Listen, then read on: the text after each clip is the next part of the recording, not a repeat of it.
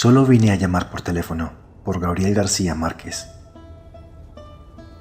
Una tarde de lluvias primaverales, cuando viajaba sola hacia Barcelona conduciendo un coche alquilado, María de la Luz Cervantes sufrió una avería en el desierto de los Monegros. Era una mexicana de 27 años, bonita y seria, que años antes había tenido un cierto nombre como artista de variedades.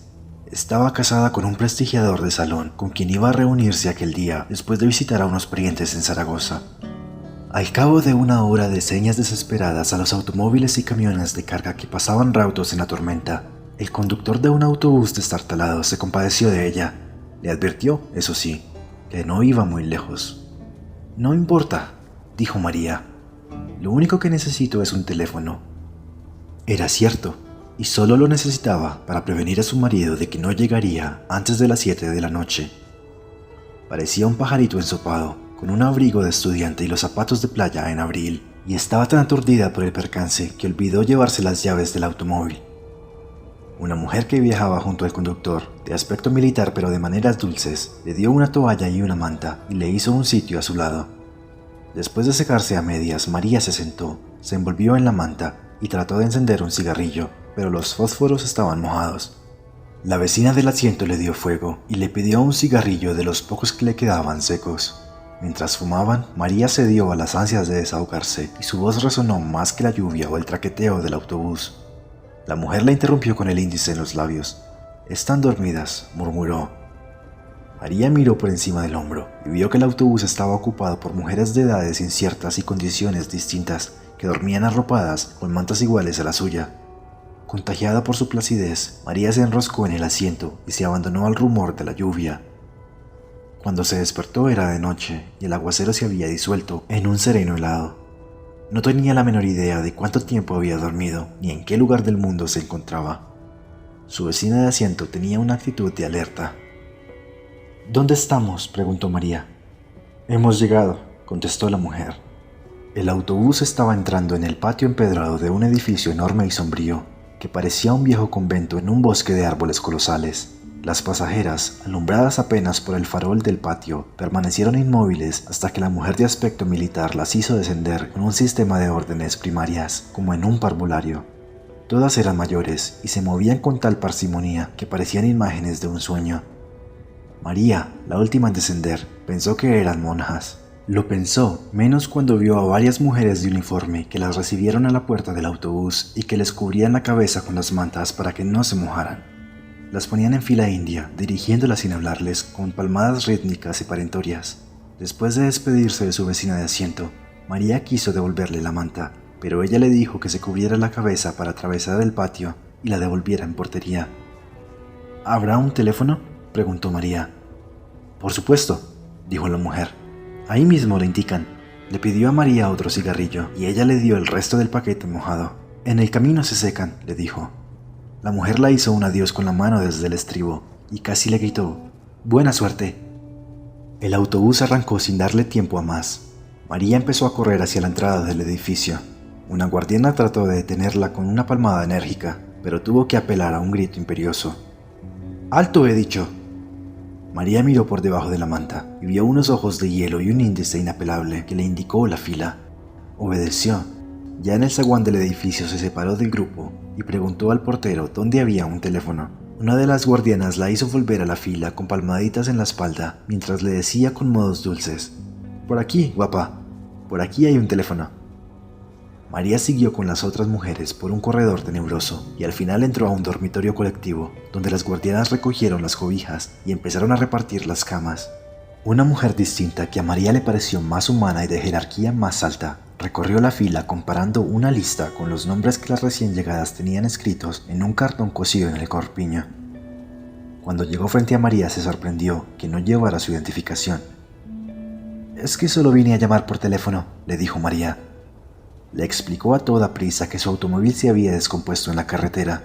El marido, que era mago de fiestas, estaba esperándola en Barcelona para cumplir 3 compromisos hasta la medianoche y quería avisarle de que no estaría a tiempo para acompañarlo. Iban a ser las 7. Él debía salir de la casa dentro de 10 minutos y ella temía que cancelaran todo por su demora. La guardiana pareció escucharla con atención. «¿Cómo te llamas?», le preguntó. María dijo su nombre con un suspiro de alivio, pero la mujer no lo encontró después de repasar la lista varias veces. Se lo preguntó alarmada a una guardiana, y ésta, sin nada que decir, se encogió de hombros.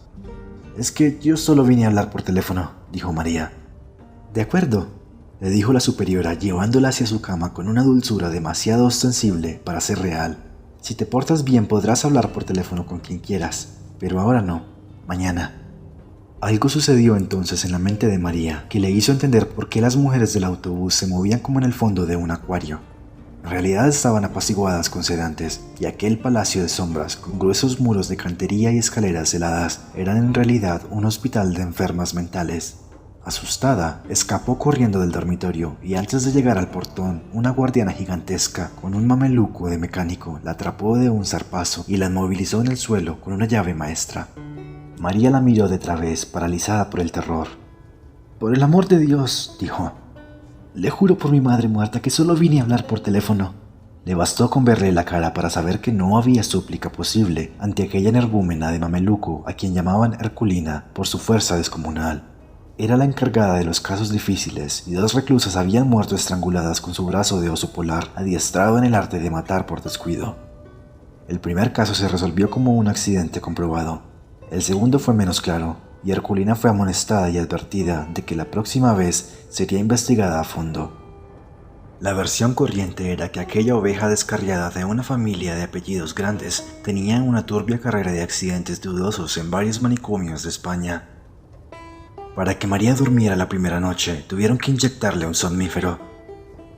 Antes de amanecer, cuando la despertaron las ansias de fumar, estaba amarrada por las muñecas y los tobillos en las barras de la cama. Nadie acudió a sus gritos. Por la mañana, mientras el marido no encontraba en Barcelona ninguna pista de su paradero, tuvieron que llevarla a la enfermería, pues la encontraron sin sentido en un pantano de sus propias miserias.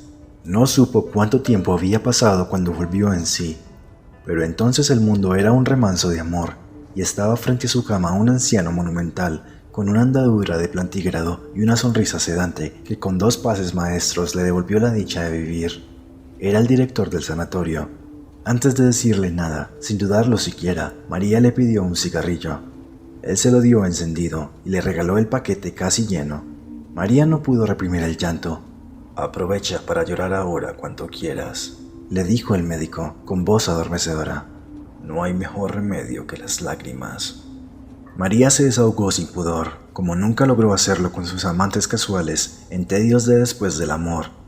Mientras la oía, el médico la peinaba con los dedos, le arreglaba la almohada para respirar mejor, la guiaba por el laberinto de su incertidumbre con una sabiduría y una dulzura que ella no había soñado jamás.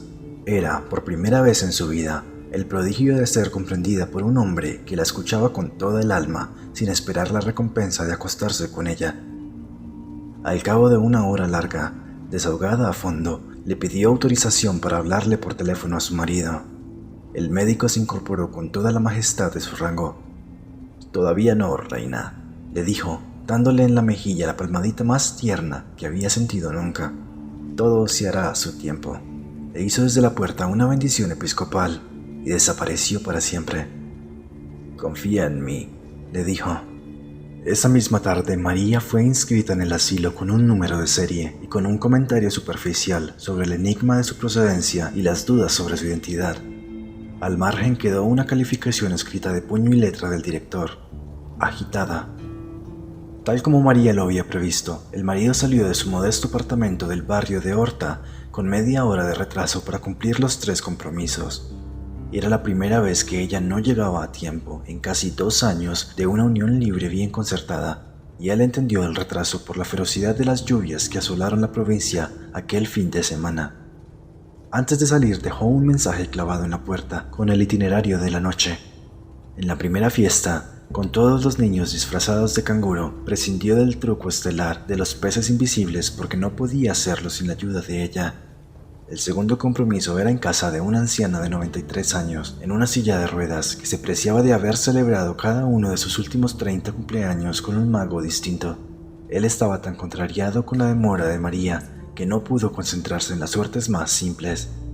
El tercer compromiso era el de todas las noches en un café concierto de las Ramblas, donde actuó sin inspiración para un grupo de turistas franceses que no pudieron creer lo que veían porque se negaban a creer en la magia. Después de cada representación, llamó por teléfono a su casa y esperó sin ilusiones a que María le contestara. En la última ya no pudo reprimir la inquietud de que algo malo había ocurrido. De regreso a casa en la camioneta adaptada para las funciones públicas, vio el esplendor de la primavera en las palmas del Paseo de Gracia y lo estremeció el pensamiento aciago de cómo podía ser la ciudad sin María. La última esperanza se desvaneció cuando encontró su recado todavía prendido en la puerta. Estaba tan contrariado que se le olvidó darle la comida al gato. Solo ahora que lo escribo caigo en cuenta de que nunca supe cómo se llamaba en realidad, porque en Barcelona solo le conocíamos por su nombre profesional, Saturno el Mago. Era un hombre de carácter raro y con una torpeza social irremediable, pero el tacto y la gracia que le hacían falta le sobraban a María.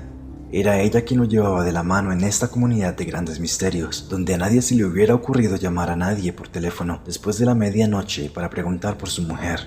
Saturno lo había hecho de recién venido y no quería recordarlo, así que aquella noche se conformó con llamar a Zaragoza, donde una abuela medio dormida le contestó sin alarma que María había partido después del almuerzo. No durmió más de una hora al amanecer. Tuvo un sueño cenagoso en el cual vio a María con un vestido de novia en piltrafas y salpicado de sangre, y despertó con la certidumbre pavorosa de que había vuelto a dejarle solo, y ahora para siempre, en el vasto mundo sin ella. Lo había hecho 3 veces con 3 hombres distintos, incluso él, en los últimos 5 años. Lo había abandonado en Ciudad de México a los 6 meses de conocerse, cuando agonizaban de felicidad con un amor demente en un cuarto de servicio de la colonia Anzures. Una mañana María no amaneció en la casa después de una noche de gustos inconfesables. Dejó todo lo que era suyo, hasta el anillo de su matrimonio anterior, y una carta en la cual decía que no era capaz de sobrevivir al tormento de aquel amor desatinado. Saturno pensó que había vuelto con su primer esposo, un condiscípulo de la escuela secundaria con quien se casó a escondidas siendo menor de edad y al cual abandonó por otro al cabo de 2 años sin amor. Pero no, había vuelto a casa de sus padres y allí fue Saturno a buscarla a cualquier precio. Le rogó sin condiciones. Le prometió mucho más de lo que resuelto cumplir, pero tropezó con una determinación invencible. Hay amores cortos y hay amores largos, le dijo ella, y concluyó sin misericordia. Este fue corto. Él se rindió ante su rigor. Sin embargo, una madrugada de Todos los Santos, al volver a su cuarto de huérfano después de casi un año de olvido, la encontró dormida en el sofá de la sala, con la corona de azares y la larga cola de espuma de las novias vírgenes. María le contó la verdad. El nuevo novio, viudo, sin hijos, con la vida resuelta y la disposición de casarse para siempre por la Iglesia Católica, la había dejado vestida y esperando en el altar. Sus padres decidieron hacer la fiesta de todos modos. Ella siguió el juego. Bailó, cantó con los mariachis, se pasó de tragos y en un terrible estado de remordimientos tardíos, se fue a la medianoche a buscar a Saturno. No estaba en casa, pero encontró las llaves en la maceta de flores del corredor, donde las escondieron siempre. Esta vez fue ella quien se le rindió sin condiciones. ¿Y ahora hasta cuándo?, le preguntó él. Ella le contestó con un verso de Vinicius de Moraes. El amor es eterno mientras dura. 2 años después, seguía siendo eterno. María pareció madurar. Renunció a sus sueños de ser actriz y se consagró a él tanto en el oficio como en la cama. A finales del año anterior, habían asistido a un congreso de magos en Perpiñán y de regreso conocieron a Barcelona. Les gustó tanto que llevaban 8 meses aquí. Y les iba tan bien que habían comprado un apartamento en el muy catalán barrio de Horta, ruidoso y sin portero, pero con espacio de sobra para 5 hijos. Había sido la felicidad posible hasta el fin de semana en que ella alquiló un automóvil y se fue a visitar a sus parientes de Zaragoza, con la promesa de volver a las 7 de la noche del lunes. Al amanecer del jueves todavía no había dado señales de vida. El lunes de la semana siguiente, la compañía de seguros del automóvil alquilado llamó por teléfono a casa para preguntar por María. No sé nada, dijo Saturno. Búsquenla en Zaragoza, colgó. Una semana después, un policía civil fue a su casa con la noticia de que habían hallado el automóvil en los puros huesos, en un atajo cerca de Cádiz, a 900 kilómetros del lugar donde María lo abandonó. El agente quería saber si ella tenía más detalles del robo. Saturno estaba dándole de comer al gato y apenas si lo miró para decirle sin más vueltas que no perdiera el tiempo, pues su mujer se había fugado de la casa y él no sabía con quién ni para dónde. Era tal su convicción que la gente se sintió incómodo y le pidió perdón por sus preguntas. El caso se declaró cerrado. El recelo de que María pudiera irse otra vez había asaltado a Saturno por Pascua, Florida, en Cadaqués, a donde Rosa Regás los había invitado a navegar a vela. Estábamos en el Marítim, el populoso y sórdido bar del Couche Divin, en el crepúsculo del franquismo, alrededor de una de aquellas mesas de hierro con sillas de hierro donde solo cabríamos 6 a duras penas, y nos sentábamos 20. Después de agotar la segunda cajetilla de cigarrillos a la jornada, María se encontró sin fósforos. Un brazo escuálido con vellos viriles, con una esclava de bronce romano, se abrió paso entre el tumulto de la mesa y le dio fuego. Ella lo agradeció sin mirar a quién, pero Saturno el mago lo vio. Era un adolescente óseo y lampiño, de una palidez de muerto y una cola de caballo muy negra que le daba a la cintura. Los cristales de bar soportaban apenas la furia de tramontana de primavera, pero él iba vestido con una especie de pijama callejero de algodón crudo y unas albarcas de labrador. No volvieron a verlo hasta fines del otoño, en un hostal de mariscos de la Barceloneta, con el mismo conjunto de zaraza ordinaria y una larga trenza en vez de la cola de caballo.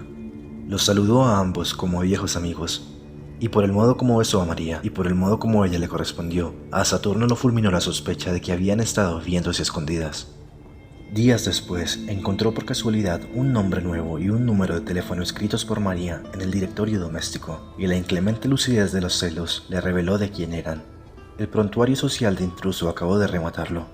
22 años, hijo único de ricos, decorador de vitrinas de moda, con una fama fácil de bisexual y un prestigio bien fundado como consolador de alquiler de señoras casadas. Pero logró sobreponerse hasta la noche en que María no volvió a casa. Entonces empezó a llamarlo por teléfono todos los días, primero cada 2 o 3 horas, desde las 6 de la mañana hasta la madrugada siguiente, y después cada vez que encontraba un teléfono a la mano. El hecho de que nadie contestara aumentaba su martirio. Al cuarto día le contestó una andaluza que solo iba a hacer la limpieza.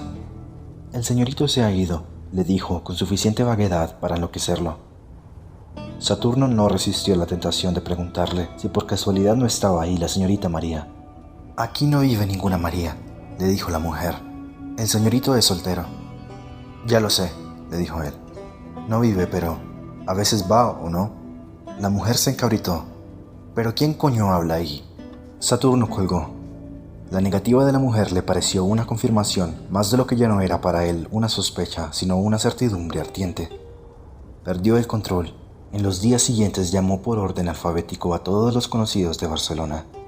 Nadie le dio razón, pero cada llamada le agravó la desdicha, porque sus delirios de celos eran ya célebres entre los trasnochadores impenitentes de la Couche Divin, y le contestaban con cualquier broma que le hiciesen sufrir. Solo entonces comprendió hasta qué punto estaba solo en aquella ciudad hermosa, lunática e impenetrable, en la que nunca sería feliz. Por la madrugada, después de darle de comer al gato, se apretó el corazón para no morir y tomó la determinación de olvidar a María. A los 2 meses, María no se había adaptado aún a la vida del sanatorio.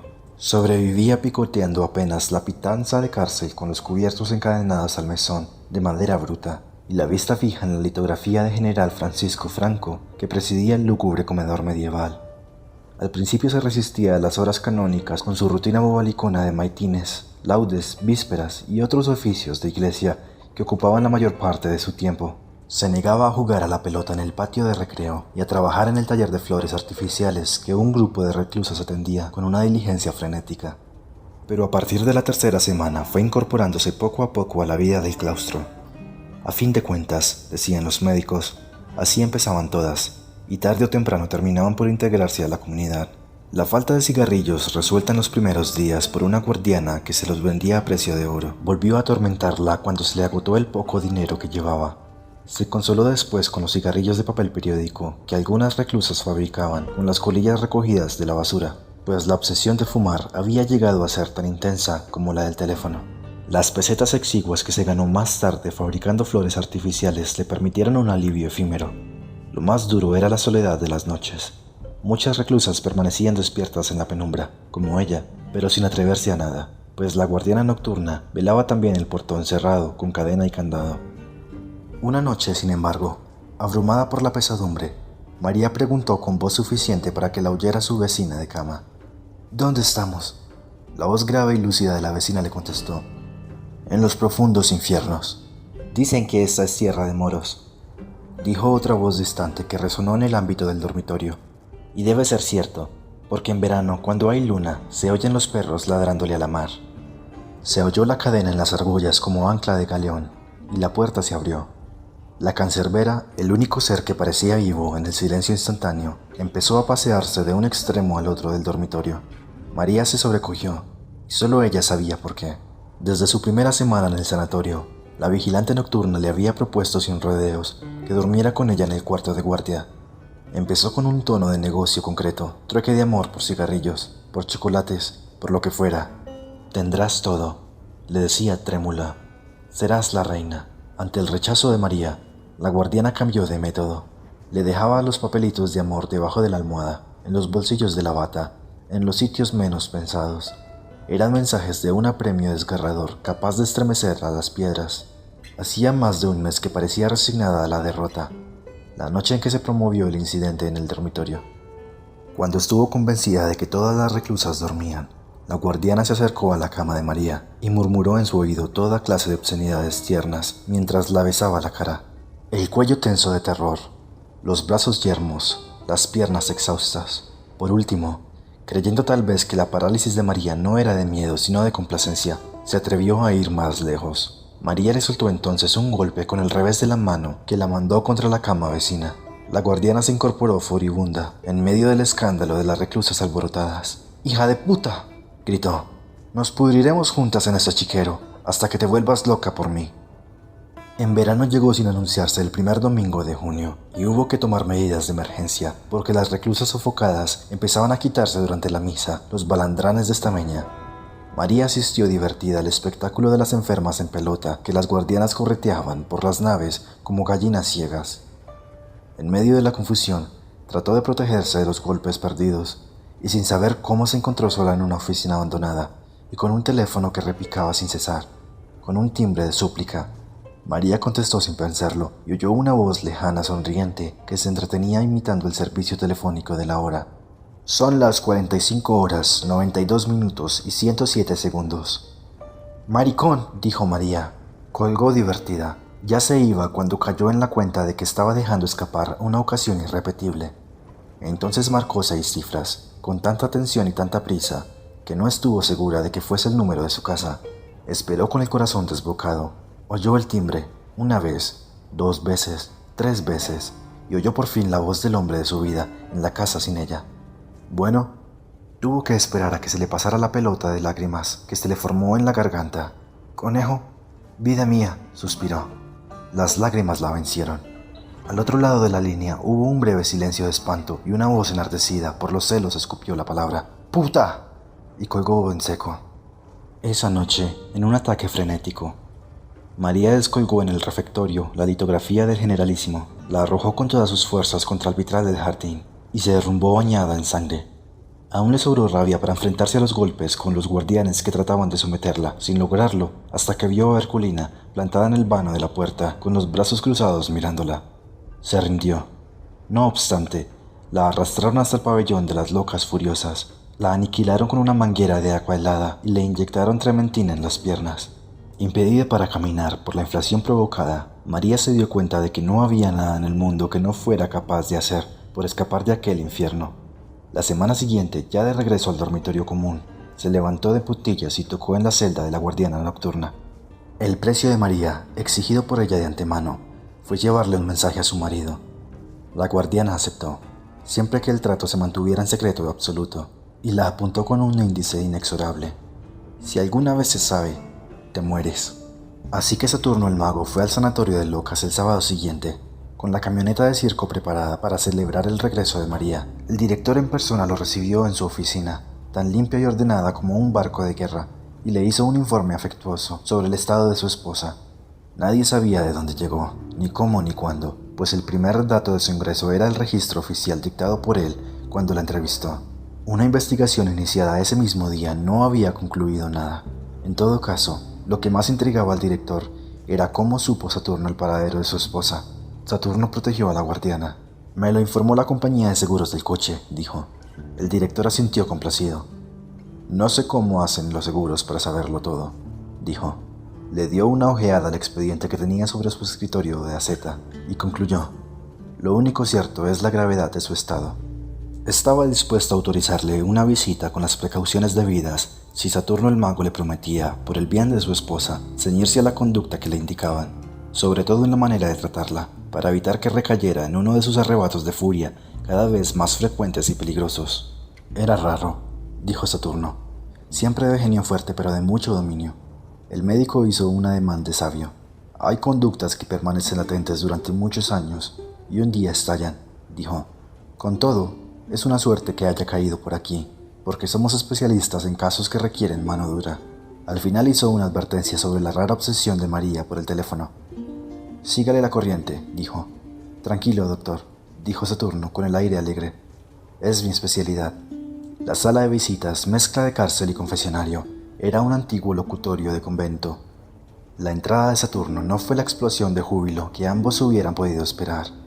María estaba de pie en el centro del salón, junto a una mesita con 2 sillas y un florero sin flores. Era evidente que estaba lista para irse, con su lamentable abrigo color fresa y unos zapatos sórdidos que le habían dado de caridad. En un rincón casi invisible estaba Herculina, con los brazos cruzados. María no se movió al ver entrar a su esposo, ni asomó emoción alguna a la cara, todavía salpicada por los estragos de vitral. Se dieron un beso de rutina. «¿Cómo te sientes?», le preguntó él. «Feliz de que al fin hayas venido, conejo», dijo ella. «Esto ha sido la muerte». No tuvieron tiempo de sentarse. Ahogándose en lágrimas, María le contó las miserias del claustro, la barbarie de las guardianas, la comida de perros, las noches interminables sin cerrar los ojos por el terror. «Ya no sé cuántos días llevo aquí, o meses, o años, pero sé que cada uno ha sido peor que el otro», dijo, y suspiró con el alma. «Creo que nunca volveré a ser la misma». «Ahora todo eso pasó», dijo él, acariciándole con la yema de los dedos las cicatrices recientes de la cara. «Yo seguiré viniendo todos los sábados, y más si el director me lo permite. Ya verás que todo va a salir muy bien». Ella fijó en los ojos de él sus ojos aterrados. Saturno intentó sus artes de salón. Le contó, en el tono pueril de las grandes mentiras, una versión dulcificada de los propósitos del médico. En síntesis, concluyó, aún te faltan algunos días para estar recuperada por completo. María entendió la verdad. «Por Dios, conejo», dijo atónita, «no me digas que tú también crees que estoy loca». «¿Cómo se te ocurre?», dijo él, tratando de reír. «Lo que pasa es que será mucho más conveniente para todos que sigas un tiempo aquí, en mejores condiciones, por supuesto». «Pero si ya te dije que solo vine a hablar por teléfono», dijo María. Él no supo cómo reaccionar ante la obsesión temible. Miró a Herculina. Esta aprovechó la mirada para indicarle en su reloj de pulso que era tiempo de terminar la visita.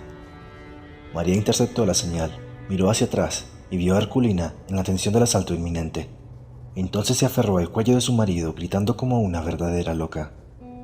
Él se la quitó de encima con tanto amor como pudo y la dejó a merced de Herculina, que le saltó por la espalda. Sin darle tiempo para reaccionar, le aplicó una llave con la mano izquierda, le pasó el otro brazo de hierro alrededor del cuello y le gritó a Saturno el mago: «¡Váyase!». Saturno huyó despavorido. Sin embargo, el sábado siguiente, ya repuesto del espanto de la visita, volvió al sanatorio con el gato vestido igual que él, la malla roja y amarilla del gran leotardo, el sombrero de copa y una capa de vuelta y media que parecía para volar. Entró en la camioneta de feria hasta el patio del claustro, y allí hizo una función prodigiosa de casi 3 horas que las reclusas gozaron desde los balcones con gritos discordantes y ovaciones inoportunas. Estaban todas, menos María, que no solo se negó a recibir a su marido, sino inclusive a verlo desde los balcones. Saturno se sintió herido de muerte. «Es una reacción típica», lo consoló el director. «Ya pasará». Pero no pasó nunca. Después de intentar muchas veces ver de nuevo a María, Saturno hizo lo imposible para que recibiera una carta, pero fue inútil. 4 veces la devolvió cerrada y sin comentarios. Saturno desistió, pero siguió dejando en la portería del hospital las raciones de cigarrillos, sin saber siquiera si llegaban hasta María, hasta que lo venció la realidad. Nunca más se supo de él, salvo que volvió a casarse y regresó a su país. Antes de irse a Barcelona le dejó el gato medio muerto de hambre a una noviecita casual, que además se comprometió a seguir llevándole los cigarrillos a María, pero también ella desapareció. Rosa Regas recordaba haberla visto en el Corte Inglés, hace unos 12 años, con la cabeza rapada y el balandrar anaranjado de alguna secta oriental y encinta a más no poder. Ella le contó que había seguido llevándole los cigarrillos a María siempre que pudo, hasta un día en que solo encontró los escombros del hospital, demolido como un mal recuerdo de aquellos tiempos ingratos. María le pareció muy lúcida la última vez que la vio, un poco pasada de peso y contenta con la paz del claustro. Ese día le llevó el gato, porque ya se le había acabado el dinero que Saturno le dejó para darle de comer.